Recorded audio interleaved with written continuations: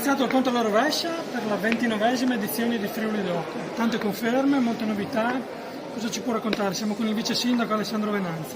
È una manifestazione che chiaramente nella città è abbastanza radicata, siamo alla 29esima edizione, una manifestazione che racconta l'identità, la storia e la cultura, ma anche l'innovazione che questo territorio è in grado di portare avanti, un territorio che vuole rivendicare sempre di più il proprio ruolo a livello regionale, a livello territoriale, e appunto abbiamo non solo cambiato il logo manifestando questo, ma abbiamo chiamato anche un ospite che è Gianno Lannonino, che rappresenta l'eccellenza della nostra regione in giro per il mondo. Tradizione, innovazione, chi meglio? E la Gianno Lannonino non poteva essere che lei, ovviamente. E quindi è una manifestazione che chiaramente abbraccerà l'agricoltura, abbraccerà la cultura, abbraccerà ovviamente tutto quello che sono la spiegazione e i rapporti con i territori, con i prodotti di questo territorio. Saranno 150 i prodotti presenti, sono oltre 110 gli stand, ci sono 40 pro loco, quindi una città che si veste a festa, ma una città che vuole rappresentare quello che è l'orgoglio di appartenere a questo territorio. Tante pro loco in rappresentanza del territorio, ma anche molti ristoranti e osterie della città che hanno deciso di aderire e proporranno menù speciali,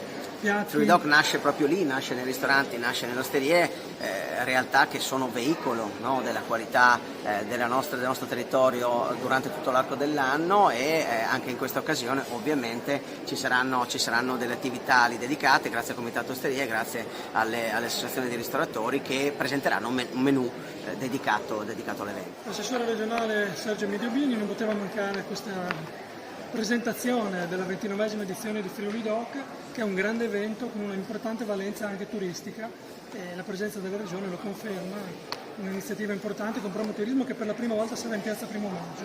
È un grande, come ha detto lei giustamente, un grande evento, la 29esima edizione, quindi un evento quanto mai rodato, un evento che in questi anni ha avuto anche una sua evoluzione, è cresciuto. Quest'anno noi saremo prepotentemente presenti come promoturismo in piazza Primo Maggio con uno stand di 700 metri quadri all'interno del quale potrete bere i grandi vini del Friuli Venezia Giulia. Poi in piazza Primo Maggio saranno queste casette fatte anche assieme tra agriturismo e promoturismo, in grado di deliziare insomma i tanti e tanti visitatori. Si spera, come una sempre, sorta di villaggio, un compendio, una sorta di villaggio, villaggio, e sono Friuli Venezia Giulia. E l'anno prossimo faremo il trentennale. Io credo che, se ci aiuterà il tempo atmosferico, sarà un'edizione dove di nuovo coniugheremo tradizione, valori